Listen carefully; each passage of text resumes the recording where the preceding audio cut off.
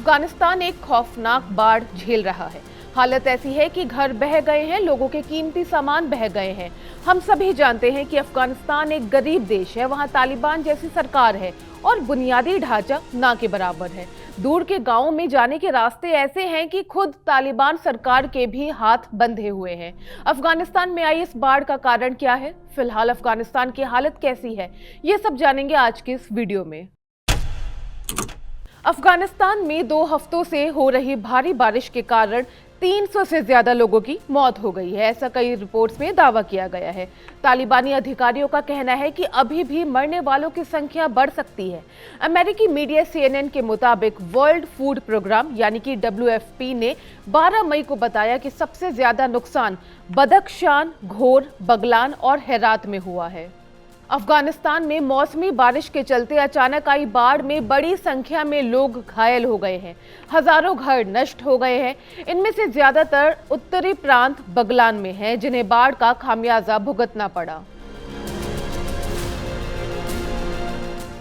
UNICEF के अनुसार मरने वालों में करीब 51 बच्चे हैं। इनकी तरफ से बाढ़ का सामना कर रहे लोगों के लिए राहत दल, दवाएं, कंबल और बाकी सामान भी भेजा जा रहा है। ना प्रॉपर सड़कें हैं और ना ही प्रॉपर इक्विपमेंट्स। अफगानिस्तान में बाढ़ के बाद हालात बेहद खराब हैं। बाढ़ प्रभावित इलाकों में राहत और बचाव कार्यों में काफी परेशानियों का सामना करना पड़ रहा है, क्योंकि अधिकतर इलाकों में वाहनों का जाना संभव ही नहीं है, क्योंकि रोड्स ही नहीं बनी है। ऐसे में बाढ़ प्रभावित इलाकों में खाद्य सामग्री पहुंचाने के लिए गधों और खच्चरों का इस्तेमाल किया जा रहा है। बाढ़ से अफगानिस्तान के बदख्शां, घोर, बगलान, हेरात प्रांत में भारी तबाही हुई है और इन प्रांतों में करीब 2000 घर तबाह हो गए हैं। घरों के अलावा भी काफी ढांचों को काफी नुकसान पहुंचा है। मुस्लिम देशों के संगठन OIC ने भी सदस्य देशों से अफगानिस्तान की आर्थिक मदद करने की अपील की है। रिपोर्ट्स के मुताबिक अफगानिस्तान की बाढ़ में मृतकों का आंकड़ा 300 पार हो गया है और 1600 से भी ज्यादा लोग घायल हैं। WHO ने अफगानिस्तान को मदद के तौर पर 7 टन दवाइयां और इमरजेंसी किट भेजी हैं। अफगानिस्तान में अप्रैल महीने में भी भारी बारिश और बाढ़ के चलते 70 लोगों की मौत हो गई थी।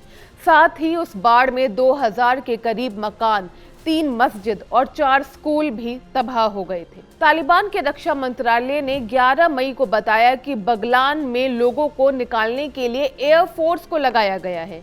इस बीच अफगानिस्तान की तालिबान सरकार ने अंतर्राष्ट्रीय संगठनों से बिना देर करे मदद करने को कहा है।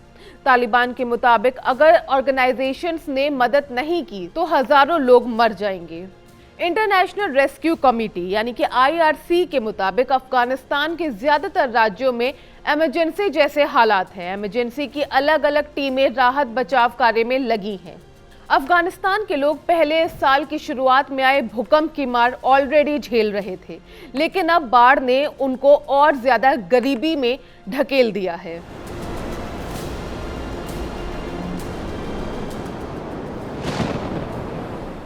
अफगानिस्तान के कई राज्यों में 2 हफ्ते से बिजली तक नहीं आई है। लोगों के पास एक वक्त के खाने के लिए भी संसाधन नहीं है। पिछले महीने ही अफगानिस्तान के हेलमंद और काजाकी जिलों में भारी बारिश और बाढ़ के कारण घर ढह जाने से 9 लोग की मौत हो गई थी।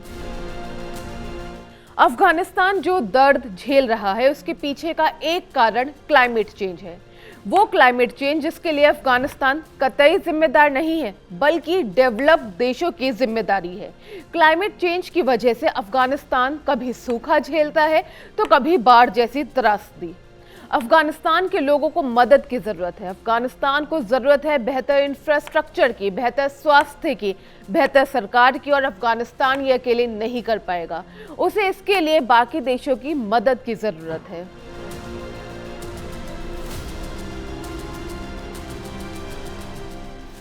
बहरहाल अफगानिस्तान के इस हालात पर आपकी क्या राय है, जरूर बताइएगा कमेंट बॉक्स में। मैं हूं गरिमा, आप देख रहे हैं स्विच।